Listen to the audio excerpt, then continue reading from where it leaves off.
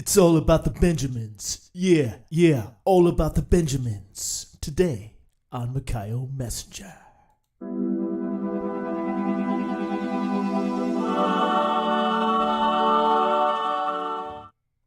Hey, welcome to Mattanyahu Messenger. It's great to be with you guys today. I hope you're having a wonderful day. I want to give some shout outs there to Robert, Rook, and let's see, scrolling through, Amy, Megan, and Peter, Michelle, Megan. All right. It's great to have you guys in the house. Thank you so much for joining me. And I'm going to start doing something a little bit different on the channel. Been praying about it and seeking some advice on how best to serve everyone. And, if you haven't already, please hit the like button, the subscribe button, the notification bell, etc. And so you don't miss out on any of our videos. But I'm going to do something a little bit different, and I think it's going to serve everybody much in a much greater way. The average view time for a video on YouTube is about 5 to 15 minutes. And if anybody knows me, I like to talk a little longer than that. And I usually have a lot more to share than what I can cram into 5 to 15 minutes. And so I end up talking faster and trying to get through things quicker. And then people are like, can you slow down? And so, and then people want to spend more time chatting and discussing it. And so it's kind of a tug and pull. Like, how best to make this happen? Well, I'm going to try this going forward, and we're going to have something for everybody. So I'm going to try to do some great content up at the front for all of our subscribers, and then I'm going to go into a members-only time. Now, if you happen to catch us live, you can stick around and watch that. But it'll basically be a thing where I'll be doing some extra content for our members, because I really want to give back to our members. I appreciate so much the support you guys give to this channel. And so you deserve that, and I want to make sure that you're really getting something great out of this channel as well. So, and you're helping to support this ministry. So basically, we're going to have a front end where we'll kind of have some, we'll still have some great stuff in the first section, but then I'm going to have some exclusive, extra great stuff in the second section for our members. So if you want to be part of that, you can become a member. That's obviously the best way. And you could do that. You just click the join button on our channel, or you can go to youtube.com/Mattanyahu-join, and you can become a member of our channel. We'd love to have you with us. In addition to obviously members only content, you're also going to get to join us in the 24/7 fellowship, where we hang out all day and talk about everything end times and Bible. And I'm there for people. If you have questions about the Bible, questions about your walk with God, whatever's on your mind and heart, you can accomplish that there in our fellowship as well. So we hope you will join us and become part of the fellowship. I think that's going to serve everybody. And so as part of the members only time too, we're going to have a little time of question Q&A as well. So if you have any questions or thoughts and you want me to respond to, we'll make that part of our members time. That way I can serve everybody in one video, and it's I think going to be a great way to go forward. So be praying for that as we go forward here, and I hope you'll become a member and join us for the whole time together. So without further ado, let's dive into today's lesson. It's all about the Benjamins, yo. Hey guys, man, a lot's going on in the world, and may the Lord bless us here as we study His Word together. Amen. If you haven't already, be sure to check out our AntiChrist playlist, which relates to what I'm talking about today. Also, our Rabbi Prophecies playlist. You can go to our playlists. Just go there to main channel and click on the playlist tab, and it'll take you there, and you can find those playlists. Specifically, what I'm talking about today is related to Netanyahu, and those first two videos there, actually first three videos there, all definitely directly relate to what I'll be sharing with you today. Also, if you can help us at Mattanyahu Ministries, and we're trying to reach 1,000 subscribers. Thanks for everybody who's subscribed so far. And if you can become a subscriber there as well, that would be great. Also, another thing I'm going to try is I'm going to give you an outline of what I'm going to go over in the video, because a lot of times I think people kind of get lost in the video, like, what's he talking about now? So I kind of race through things. So I'm going to give you a little outline at the front too, so you can kind of see what we're going to cover.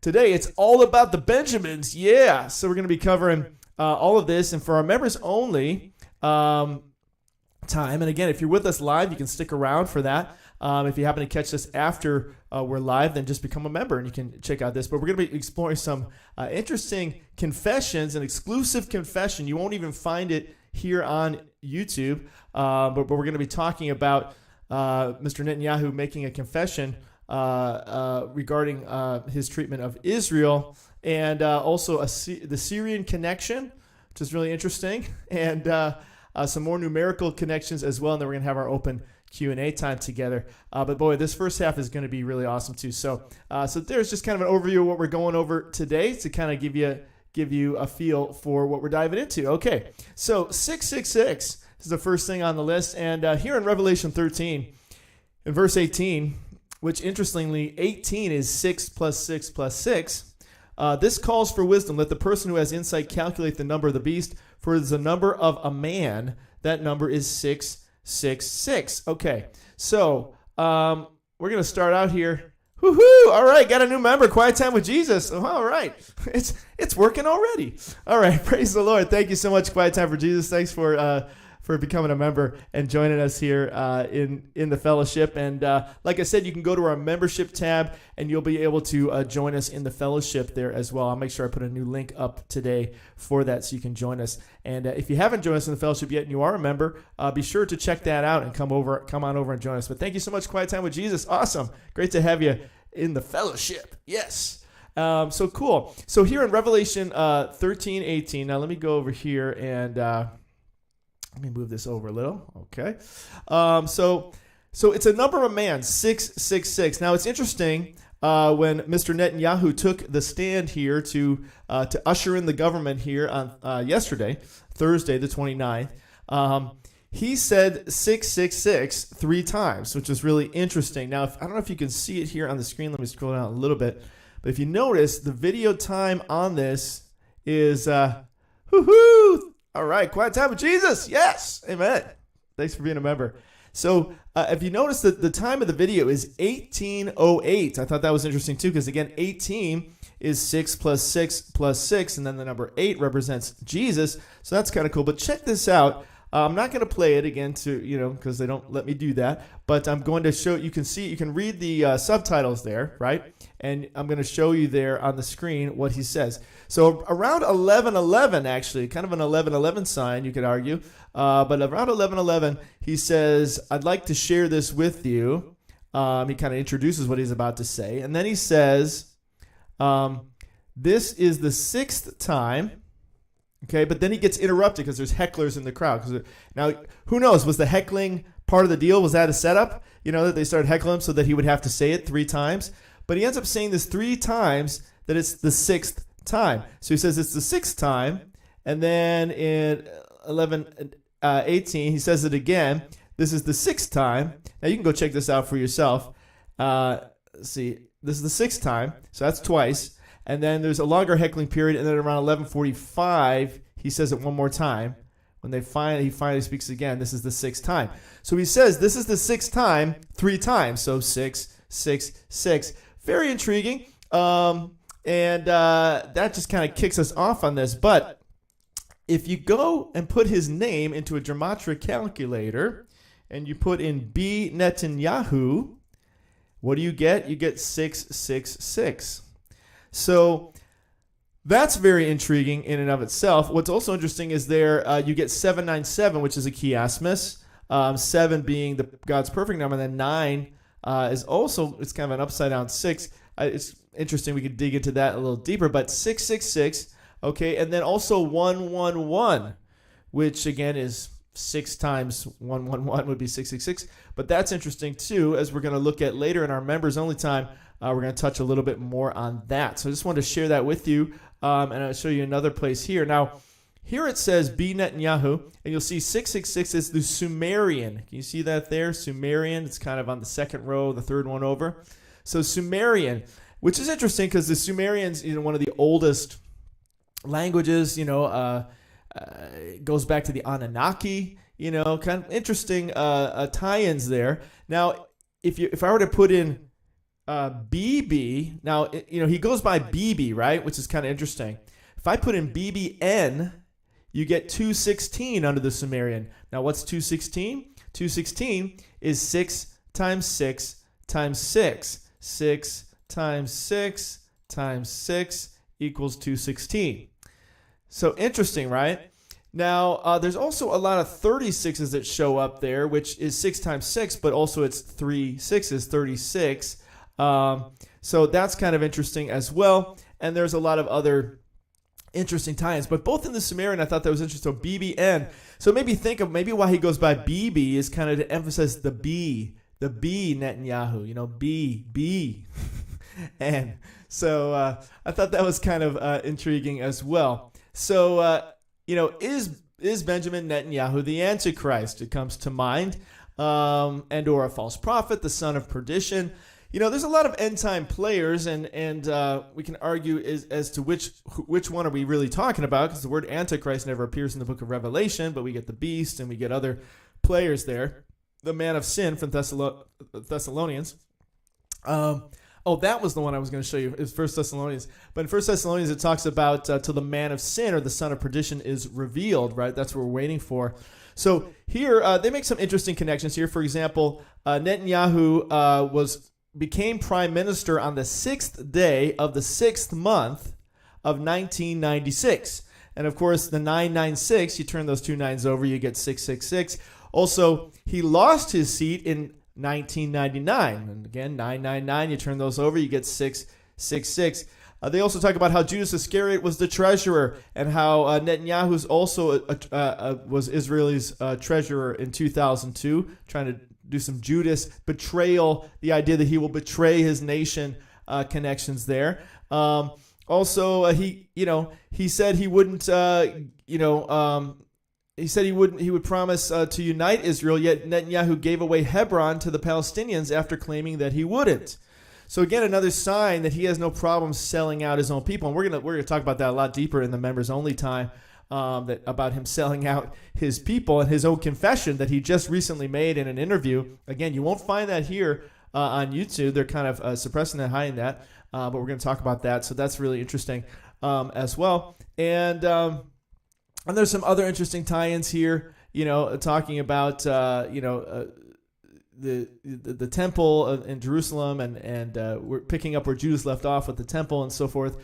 So kind of intriguing. Some intriguing stuff to think about there. Let's keep going. So check this out. Okay, so Israel's first Knesset took place on the 16th of February, 1949. Now, the Knesset is their government. Okay, that's the name of their government. It's like saying the General Assembly or the House of Representatives or something. So the first Knesset took place on February 16, 1949.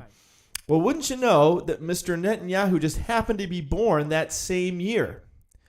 So what we're going to see here as we dig a little deeper here is we've got this chiasmus from beginning to end. And it's very interesting that Netanyahu came in with Israel. He came into this world with the first Knesset, the year of the first Knesset. That's when he, this prime minister, this infamous prime minister now, once again here, came into the world the same year. And could it be that Israel goes out, that he's there when Israel goes out of the world, so to speak, when they come to an end, the ending of the fig tree generation, so to speak. So it is very intriguing that there is that connection there. Now, what's interesting, in 1949, when he was born on October 21st, I don't know the exact time he was born, didn't find that one, but it's interesting that it says here, on the 21st, that's the 28th of Tishri.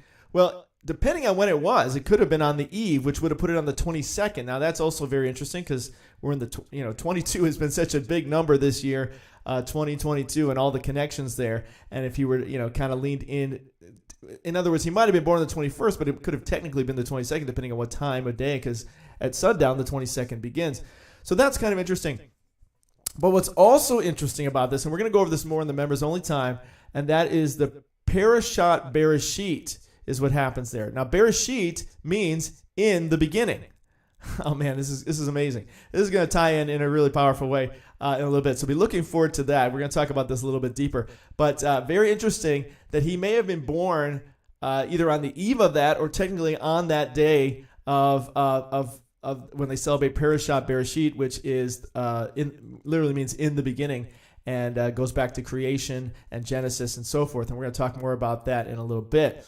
So very interesting. Also, it says that Sabbath. Now, remember, we're talking about the Sabbath afterwards, right? That's what a lot of us are talking about, looking at right now in terms of rabbi prophecies and so forth. Now, just a reminder on those rabbi prophecies. I know people get kind of worked up about that. Oh, don't listen to rabbi prophecies. Listen, the Bible says if a prophet doesn't come true, then he's a false prophet. But so far, there have been, for example, 2 Benjamins. That was one of the prophecies, and this was long before Benjamin Netanyahu and Benjamin Gantz.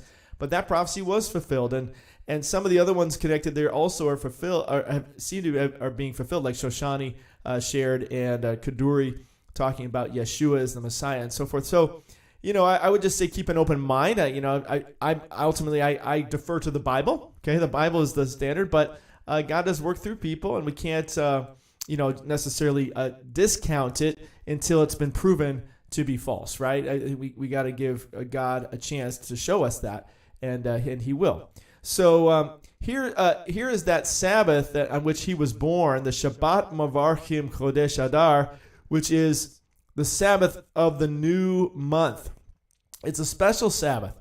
Now, special Sabbaths, are Shabbat Hagadols. These special Sabbaths are ones that, for example, the Feast of Weeks. Hey, another member. Woohoo! Peter Wilson. All right. Welcome to the fellowship. Praise the Lord. Thanks so much for becoming a member, brother. And amen. I guess I should have done this sooner, right? So thank you so much for becoming a member. Appreciate that. And it would be great having you in the fellowship. So this special Shabbat, the idea of this Feast of Weeks, right, or the Feast of, the different feasts usually have a Sabbath on the first day. The 7-day feast, especially like the Feast of Unleavened Bread, for example, has a Sabbath on the first day, a Sabbath on the last day. It's a special Sabbath. It's in addition to the regular Saturday Sabbath, right? So that's something to consider, because when we're talking about this Sabbath afterwards, and I was talking about this in our fellowship today, actually, with Mr. Blackbox, which, by the way, I'm going to be sharing some of his charts. That's the chart you see on the main title page card there. That's from Mr. Blackbox. Thanks, Peter. Thanks for becoming a member and helping to support this ministry. The idea of this Sabbath afterwards, right? That's one of the prophecies. Well, it may not be the actual day. It may not be Saturday, for example. It could be a special Sabbath. Now, we just had a special Sabbath year, the Shemitah year, and now we're actually in a special Sabbath year called the Jubilee year. And that's also a special Shabbat, the whole year. So it may not be a thing of it being a specific day, but it may actually be the year that we're talking about. So that's something to consider. When he says the Sabbath afterwards, it could actually be within that Sabbath year, not necessarily the day that follows. So it's something to keep in mind. Keeps things obviously open, a little bit more flexible there. But Daniel chapter 9 talks about the AntiChrist. Again, it doesn't call him per se the AntiChrist, but we understand it to be the AntiChrist or the son of perdition, the man of sin. It says, then he shall confirm a covenant with many for 1 week. Now, again, this is an interesting passage because it both talks about Messiah and anti-Messiah, or Christ and Antichrist in the same passage. And so you have to be, it's very clever. It's very clever. God is very, he's amazing how he puts his word together, right? And so we kind of get both sides of the coin here, because you can argue Jesus also, confirmed his covenant, so to speak, when he broke the bread and drank from the cup with them, and I won't drink this again till I return. And then obviously he confirmed that covenant on the cross. So it's kind of an interesting time. In the middle of the week, he brought an end to sacrifice as well. But it does appear to be also a tie-in with the Antichrist, because we have the abomination of desolation and other things that seem to point to that. So we're looking for this person who's going to confirm a covenant with many for 1 week. Well, it's interesting that we are literally, it's right on the edge going into this 7-year period of a new Shemitah cycle. And so it is pretty amazing that we just happen to be right in that window, and that at the very end of 2022, we get this new government that is formed with Mr. B. Netanyahu 666 at the head of that. So that is intriguing, or BBN, depending how you want to look at that. So interesting there. Now, also, 1 Thessalonians 5 talks about this being a covenant, or at least implies it will be a time when people are saying peace and safety. And when they're saying peace and safety, destruction will come on them suddenly as labor pains on a pregnant woman, and they will not escape. So what's interesting is Netanyahu was the one who signed the Abraham Accords back with Mr. T when he was in office there in Washington. And the Abraham Accords were all about peace and safety, right? It was a peace treaty. And if you look at it, the actual statement is pretty simplistic. I mean, there's not much to it here. If you read through this, and I won't read through it all right now, you feel free to go and do that, but it's pretty simple. And then there's a couple other addendums to that. But basically here it talks about peace and security. The second to last paragraph, not the big paragraph, but the line right above it says, we pursue a vision of peace, security, and prosperity in the Middle East and around the world. Now, of course, who wouldn't want peace and safety, right? But it is interesting that is what the focus of it is. Now, it could be that they add in some other nations to that. Jordan, for example, is kind of getting all in a huff right now, and other nations were talking about joining it prior to the big debacle that happened in 2020. And so all these other nations, some have joined and some have, refrained it for the moment. But it could be a thing where this becomes that expanded agreement, that he confirms it because he already signed it. And now he comes in. Now we want to expand on that and make that the peace and safety agreement. Could be possible. All right, so something to consider there. Also, now if you look in history, okay, there was a man named Zedekiah, but that wasn't his real name. That was the name that Nebuchadnezzar gave him. His real name was Mattanyahu. Okay, it actually says it down here. It says he installed Mattanyahu, his uncle. That's when Jeconiah installed Mattanyahu. So his birth name is actually Mattanyahu, this Zedekiah. And in fact, it says it here. Kind of looking for it. Yeah. Zedekiah, whose name at birth was Mattanyahu, was the third of Josiah's 4 sons. His 3 brothers were Eliakim, Shallum, and Johanan, and so forth. So Mattanyahu is his real name. Now, it's interesting that name is very similar to Netanyahu, okay? And the name literally means gift of God. It's just like the name Matthew. Micaiah actually means that as well. Gift of God, okay? So that is what it means, okay? But what's interesting is that Netanyahu's name means God has given. Kind of a past tense, okay? So you've got Mattanyahu, which is gift of God. Same name, by the way, of the Maccabees. The father of the Maccabees was Mattathias or Mattanyahu, which is gift of God. But God has given is sort of a past tense reflection. So we've got sort of a beginning and an end, a chiasmus. There's a lot of chiasmus here. Okay, you got to sink your teeth into the chiasmus. Now, what's a chiasmus? Chiasmus is the same forwards as it is backwards. We've talked a lot on this channel about chiasmuses, but God uses chiasmuses a lot in blessings and curses, and throughout the Bible you'll see it. And he even does it with Bible code. It's really amazing, and we can talk more about that in the members' time if you like. But in any case, you've got this gift of God, and now we've got this kind of completion. God has given; it has been done. And so it's interesting that Netanyahu kind of brings that time of giving to completion. Does that mean the end of grace? That God has given his grace and now it's time to bring the judgment? Kind of an interesting thing to consider. Now, in addition to that, we talked a little bit about that in these previous videos. Again, I encourage you to go back and watch these other videos like Netanyahu and Nebuchadnezzar, because we talk a little bit about it in there as well. But what's interesting is, let me see, is this where I was? Yes, Netanyahu. Okay. So what's interesting is Netanyahu is kind of a type and shadow, or you could argue reverse. Zedekiah or Mattanyahu is a type and shadow to Netanyahu. And why is that? Because Mattanyahu basically sold out the Jews, or I should say he sold out God. He sold out his prophets. I don't know if that's the best way to put it. But basically he didn't follow God's direction. He did what he thought was best, and the reason I say sold out the people is because I'm going to share with you in the members' time how Netanyahu has already done that, and we saw how he even gave away the land to the Palestinians there, and it could be that he ultimately divides up the land. Oh, something I forgot to. I haven't even gotten to that yet. Okay, so wow, where are we at here on time? Wow, it's already 24 minutes. Okay, cool. So anyway, this interesting thing with this Mattanyahu is he basically, Jeremiah had told him, Let me just read it to you, okay? Let me just read it to you so you can kind of understand what I'm talking about. So here in Jeremiah it says, Then Jeremiah said to Zedekiah, This is what the Lord God Almighty, the God of Israel, says. If you surrender to the officers of the king of Babylon, your life will be spared, and this city will not be burned down. You and your family will live. Okay, so that's what God was saying. Listen, don't try to run. Don't try to fight.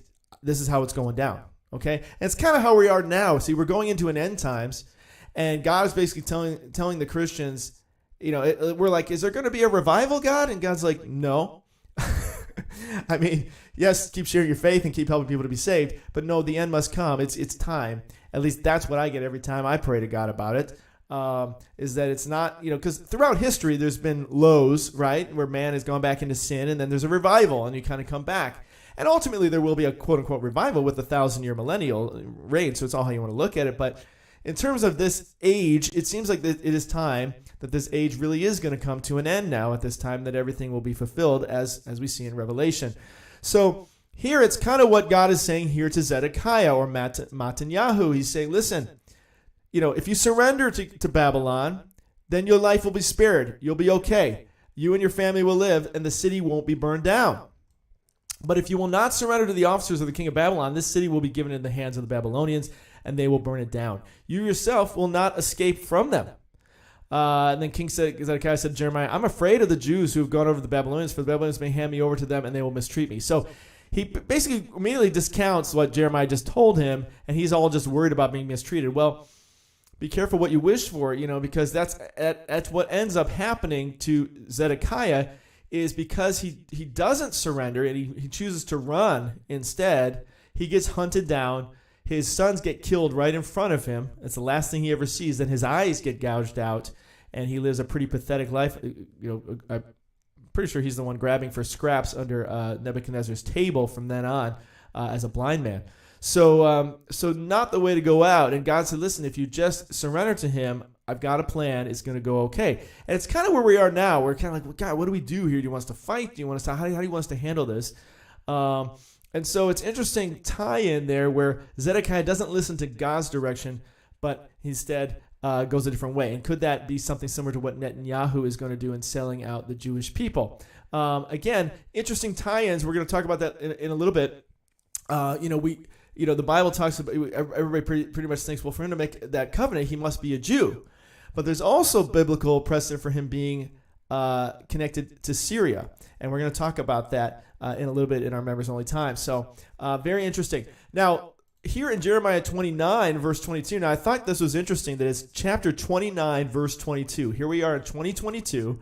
We're looking for a 7-year tribulation potentially that would take us to 2029. So I thought that was interesting. In chapter 29, verse 22, it says, because of them, all the exiles from Judah who are in Babylon will use this curse. May the Lord treat you like Zedekiah and Ahab, whom the king of Babylon burned in the fire. So remember, God said, listen, if you surrender, your life will be spared, your family will be spared, and the city won't be burned down. Well, that's not what happened. He didn't surrender. He didn't follow God's commands through Jeremiah, right? And often both Daniel and I think it's Ezekiel, others reference Jeremiah. So, I mean, they obviously revered Jeremiah and respected him as a prophet, but Zedekiah did not. And so because of that, he ended up being killed and Babylon was burned down. And so basically he received a curse from God, as we see here in Jeremiah 29:22. So that's very interesting, and it happens to tie in with the date we're looking at. So what's also compelling about this is that, as we talked about in the last video, Asara B'Tevet is coming up here on Tuesday. And Asara B'Tevet is the anniversary of when Nebuchadnezzar burned Israel to the ground. So it doesn't get any more uncanny than this, The 10th of Tevet, the 10th day of the month, is a minor fast. It commemorates the siege of Jerusalem by Nebuchadnezzar, etc. And that is when he broke through the walls. As we talked last time, is also when he burns the city. And so we've got that same thing happening here right on the eve when Netanyahu has been put in place rather than Mattanyahu. So we have this kind of chiasmus bookend here, which is really intriguing.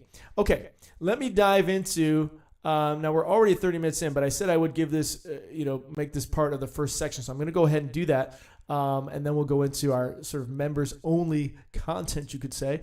And that is talking about the idea of his connection with Messiah. Okay, now this is back from 2021. But, the interesting thing about Benjamin Netanyahu is that he's both revered by both Christians, who valued his relationship with Mr. T and see him as kind of helping to, that was when they moved the embassy to Jerusalem, and it's like, oh, yes, all the end times are coming together, so Benjamin Netanyahu's our guy. But what we don't understand about that is that, the very guy you're rooting for, Satan masquerades as an angel of light, right? And so the very guy you're rooting for may actually be the devil who's bringing those things about, right? Because if those things are happening, it's not because of good things that those things are happening. It's because actually of bad things that those things are happening, right? It's not for good reason that those things are being fulfilled. Ultimately, there's good that will come out of it when Jesus returns, but those things are obviously not good. So it's interesting. You have both evangelicals who really support Benjamin Netanyahu, and then you also have the Israelites, the rabbis, who are saying, you will give the Messiah the keys. Well, what's interesting about that, too, is, again, it sounds like a positive thing, and I think about Anakin from the Star Wars series. You were supposed to bring balance to the Force. That's what Obi-Wan tells him at the end of the third movie there. And the whole idea when they first took on Anakin is they thought, this guy's powerful. He's going to do great things. That's what they're thinking. He's going to bring balance to the Force. But they didn't know it was by being evil, right? And so it's kind of a similar thing here where everybody's kind of thinking, oh, Anakin Skywalker, you're so amazing. And then he turns out to be the devil. We don't know yet. I'm not calling him the devil. I'm just saying it's intriguing because you have both evangelicals and even rabbis supporting this man, saying that he is the fulfillment of prophecy and he will usher in the Messiah. Yeah, he may usher him in by betraying all of Israel, which is kind of an interesting concept. Now, here in this article down here, it says, let's see. Evangelicals love Netanyahu, but we know, of course, that he is not the Messiah. Okay? So, right. They know he's not the Messiah, but they think he's good, right? And they think he's good and that he's on our side, when in actuality, he may actually betray everyone. Kind of like Mr. T, right? Jury's kind of out on Mr. T these days, right? We're kind of like, I don't know where this guy really stands. Is he going to be used to get the Christians and conservatives to go along with the plan, right? So something to think about. So here's a few articles that kind of point to the darker side of Netanyahu, just for you to consider. So here it says Netanyahu's 5 sins. But there's several articles that compare him to a mob boss or crime boss. And it's funny because I didn't know that, but before I even saw that, I was thinking the same thing. By this video I'm going to point out to you here, when I saw it, I'm like, man, he just sounds like a mafioso, the way he's talking. And maybe he is, right? So here's a former Supreme Court justice that compares him to a crime boss. And this is Eliyahu Matzah, was one of the Supreme Court justices there, who compares Netanyahu to a crime boss. Here also he's compared to a crime boss. Here's the outgoing prime minister, former prime minister Ehud Barak, different Barak, in Israel there, who also considers him mob boss. I mean, look at that picture. He's like, hey, paisan. Look with his hands out. It's almost like, La familia, hey, come on, let's go come together. So he does give off the crime boss vibe, or the mob boss, the mafioso vibe. It's very interesting. And, of course, this guy also talks about him in that respect as well. We're going to see him respond in a second. And here, it says it's like a mafia movie. The ministers swore their allegiance to crime boss. I'll just add the word crime there. Boss Netanyahu, while his wife called out traitors. So basically, they were all kind of pledging their allegiance to him as the Don. He's the Don of us all. Well, what's interesting is this accused crime boss actually did go on trial. I don't know if you knew about that, but he did go on trial for bribery, fraud, and breach of trust by him and his close political allies within his inner circle. So he's already gone on trial for this stuff, and yet he's been put back in office. But this is the age we're living in, right? The age of crooks leading everything. Not just hidden crooks, but outward crooks, right? And it was a criminal trial that took place for all those things. And what's interesting, when I looked up pictures of this, I could not find one picture of him sitting down. And I thought maybe that's because when you sit down in a courtroom, you kind of look more guilty, like you're on trial. Where he's still standing there, he looks almost like he is the judge, right? Almost looks like he's wearing the judge's outfit. And he's kind of looking at the camera here. But when I tried to find him sitting down, I can never find him actually sitting down in the courtroom. So I thought that was interesting as well. But here's some kind of clues along those lines that he may be a bit of a mob boss. Hey, paisan. So here he's actually talking back at, this is recent, this is actually 3 days ago. This is him talking back to Lapid, who basically accused him of insanity. And he basically, if you watch this video, it's very interesting. He really does have that crime boss vibe, the way he talks back to Lapid here, looking at the camera like, hey, don't you tell me. You don't tell me what's crime. I'll tell you. I'm going to come and get you and your family too. So he does have that kind of vibe to it. I encourage you to check that out.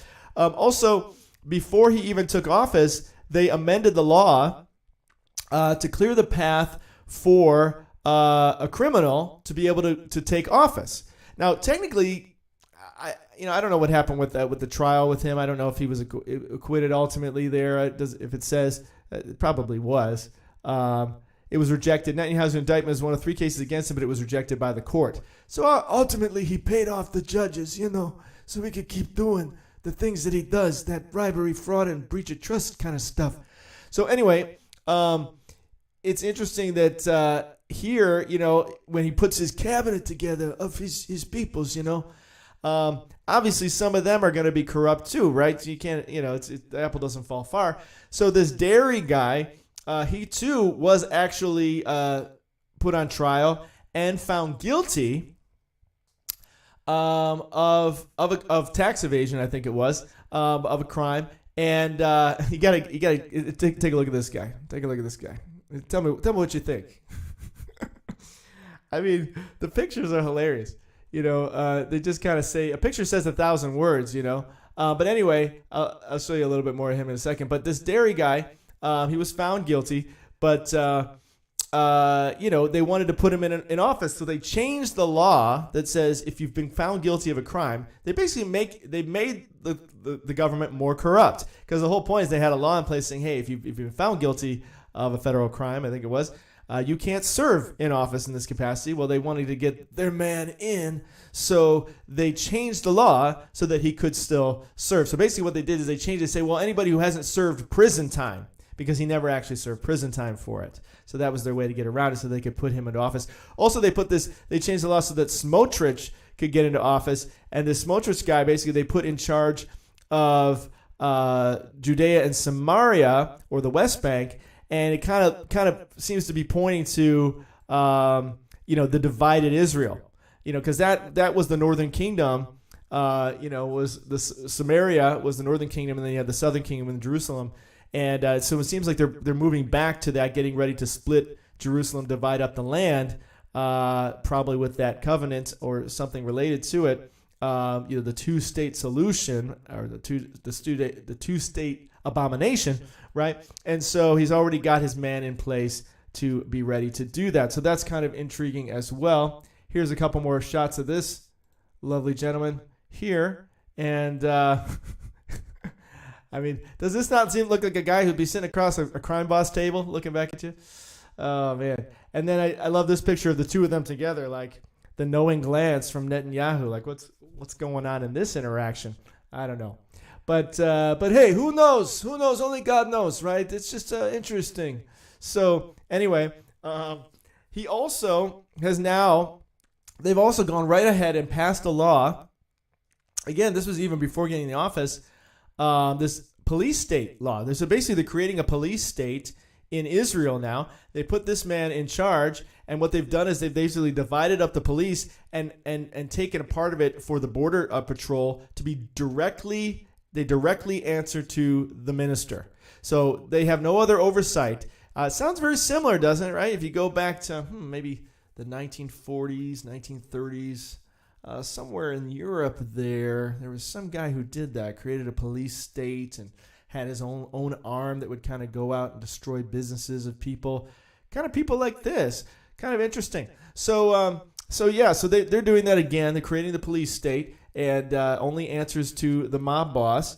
And then, of course, they did this as well, to which all the all the Orthodox Jews and the rabbis that were present all bowed their heads in shame as they put in the first unrepentant male-to-male speaker. Okay, so and then this same guy who's heading up the police state was also part of what's interestingly called the Beast Parade, the Beast Parade of all things. So they called it the Beast Parade, and that was their answer to the the male-to-male parade, or I should say same gender to same gender parade that was going on. So you can check that out in a little bit more detail. But two of the guys, both Smotrich and this Ben Giver guy who's in charge of the police state, they were part of this Beast Parade. Interesting that they call it the Beast Parade of all things. And one other thing on that, and then we'll kind of move into our members' time. Thank you so much for tuning in for this, and I hope you become a member and join us. If you happen to see this, later on when we're not live, you can always become a member and watch it in our members section. But this is also interesting. It's going to tie into what we're talking about in the members only time about I can't say it to you, but you can read it there. But basically, trading in the people and treating them as guinea pigs. And we're going to talk a little bit deeper about that. And that was in this interview here. Now, again, you can find this interview here on this channel, but the part that I'm going to be discussing is not here. Here, you have to actually go to the website and become a member there to watch the whole interview, including the section that I'm referring to. So cool. So at this point, we're going to move into our members only time. So thank you so much for joining us. I hope wishing you all the best and all the blessed and a happy Maranatha to you. And now we're going to move into our members only time.